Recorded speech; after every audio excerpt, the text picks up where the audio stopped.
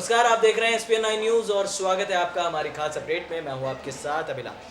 कांग्रेस अध्यक्ष राहुल गांधी ने आज वायनाड से भी चुनावी बिगुल फूंक दिया है और अब लोकसभा 2019 में वो अपनी दूसरी जगह को भी पुख्ता तौर पर, स्पष्ट तौर पर ये बता चुके हैं कि वो वायनाड से चुनाव लड़ेंगे। हालांकि वायनाड से कांग्रेस का रिश्ता काफ़ी पुराना है, राहुल गांधी का रिश्ता काफ़ी पुराना है और ज़्यादातर पार्टी के जो बड़े जो पूर्व प्रधानमंत्री रह चुके हैं हमारे देश के, राजीव गांधी यानी कि राहुल गांधी के पिता की अस्थियों का विसर्जन भी वायनाड में ही हुआ था। लेकिन वायनाड में जिस तरह से राहुल गांधी ने आज पर्चा भर के ऐलान कर दिया है कि उनमें वो दम है कि वो आसानी से अब वायनाड से भी जीत सकते हैं। राहुल गांधी की जो दलील थी, उन्होंने कहा कि प्रधानमंत्री नरेंद्र मोदी और भारतीय जनता पार्टी जो है वो दक्षिण भारत से हीन भावना रखती है, वो दक्षिण भारत को शत्रु की तरह देखती है। इस वजह से वो आकर खड़े हुए हैं वायनाड से। दरअसल राहुल गांधी को भी ये बात तब याद आई जब 2019 लोकसभा चुनाव सामने आए। अब तक शत्रुता और मित्रता यहाँ पर नहीं नजर आ रही थी राहुल गांधी को, लेकिन जैसे ही चुनाव की तारीख सामने आ गई, राहुल गांधी को एकदम से याद आ गया कि दक्षिण भारत का उनको सपोर्ट करना है। ठीक उसी तरह जिस तरह उनकी बहन प्रियंका गांधी वाड्रा को एकदम से याद आया कि देश संकट में है और वो पहुंच गई उत्तर प्रदेश के बनारस में और कई ऐसे इलाकों में। अब सवाल यह है कि आखिरकार वायनाड से ही क्यों राहुल गांधी ने पर्चा भरा, क्यों नामांकन किया और वायनाड से क्या राहुल गांधी जीत सकते हैं। अगर आप मौजूदा स्थिति को देखें, जो हमारे संवाददाता वहां पर पहुंचे हुए हैं उनसे हमारी बात हुई तो उन्होंने क्लियर यहाँ पर कहा कि राहुल गांधी जो हैं उनका वर्चस्व इस बार वायनाड में अच्छे तरीके से देखने को मिल सकता है। वायनाड में पब्लिक उनको काफ़ी ज़्यादा पसंद कर रही है। हालांकि जब हाल ही में मैं ग्राउंड जीरो पर था तो वहाँ पे जब मेरी लोगों से बात हुई तो उन्होंने ये भी कहा कि राहुल गांधी को इस बार दक्षिण भारत में अच्छा सपोर्ट मिल रहा है।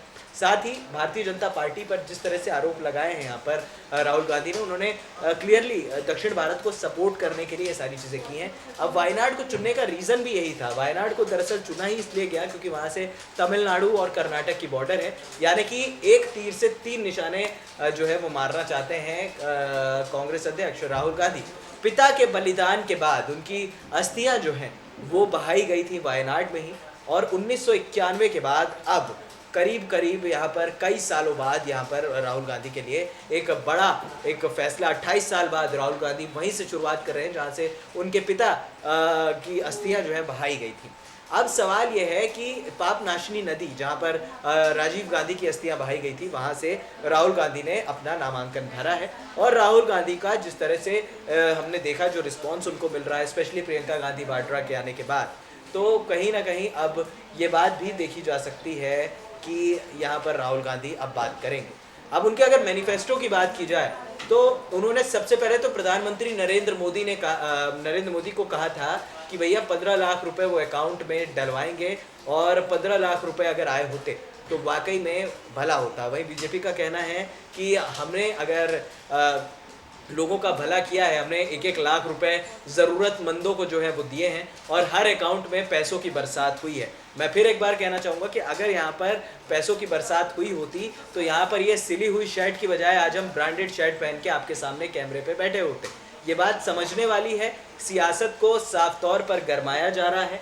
जिस तरह से वायनाड में राहुल गांधी ने बिगुल फूंका है, अब यहाँ पर लापता सांसद का जो टैग दे दिया है स्मृति ईरानी ने, उन्होंने कह दिया है कि अब बात किसानों की होगी, मैं किसानों की बेटी हूँ। किसानों की बिटिया रानी तुरंत बन गई हैं तुलसी ईरानी उर्फ स्मृति ईरानी। अब सवाल ये है कि क्या यहाँ पर अमेठी जो राहुल गांधी का गढ़ है, अमेठी में क्या राहुल गांधी को ये डर है कि यहाँ पर स्मृति ईरानी का वर्चस्व थोड़ा सा आगे बढ़ेगा। जाहिर तौर पर किसानी मसला यहाँ पर है और अमेठी जो गढ़ रहा है कांग्रेस का, वहाँ पर जिस तरह से बीजेपी ने अपने हार के बावजूद काम किया है, स्मृति ईरानी ने काम किया है, अब शायद जो पेड़ लगाया था उसका फल खाने का टाइम आ गया है स्मृति ईरानी के लिए। तो कहीं ना कहीं सोच ये भी है कि राहुल गांधी वायनाड से भी एक सेफ सीट लेकर चल सकते हैं। हालांकि दोनों में से अगर दोनों सीटें जीत जाते हैं तो कौन सी कॉन्स्टिट्यूएंसी को वो छोड़ेंगे ये भी देखना होगा, कौन सी कॉन्स्टिट्यूएंसी से वो आगे बढ़ेंगे ये भी देखना दिलचस्प होगा। लेकिन फिलहाल वायनाड से पर्चा भर के बीजेपी को एक बड़ा झटका दे दिया है। दक्षिण भारत का सपोर्ट लेना चाहते हैं राहुल गांधी। अब देखना दिलचस्प होगा कि ये राजनीति और कितना गर्माती है और कितने नए नए पैतरे देखने को मिलते हैं। फिलहाल इस खास अपडेट में इतना ही। हमें दे दीजिए इजाजत और हाँ, हमारे चैनल SPN9 न्यूज़ को सब्सक्राइब करना मत भूलिएगा। नमस्कार।